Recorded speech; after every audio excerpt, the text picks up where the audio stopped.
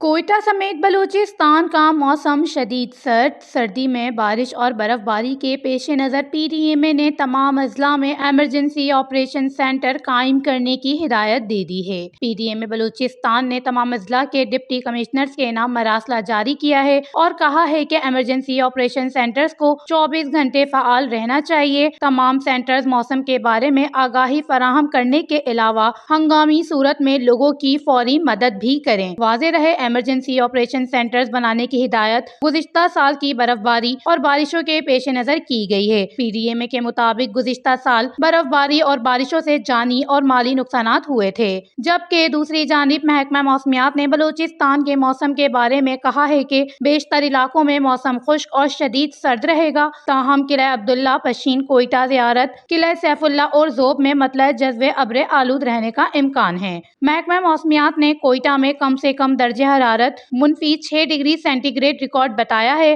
جبکہ کلات اور زیارت میں 7 ڈگری، سبی میں 4، نوکنڈی میں -2، تربت میں 8 ڈگری سینٹی گریڈ ریکارڈ کیا ہے، جبکہ بلوچستان کے ساحلی علاقے گوادر میں کم سے کم درجہ حرارت 13 اور جیونی میں 14 سینٹی گریڈ ریکارڈ کیا گیا ہے۔ وش نیوز، کوئٹہ، بلوچستان۔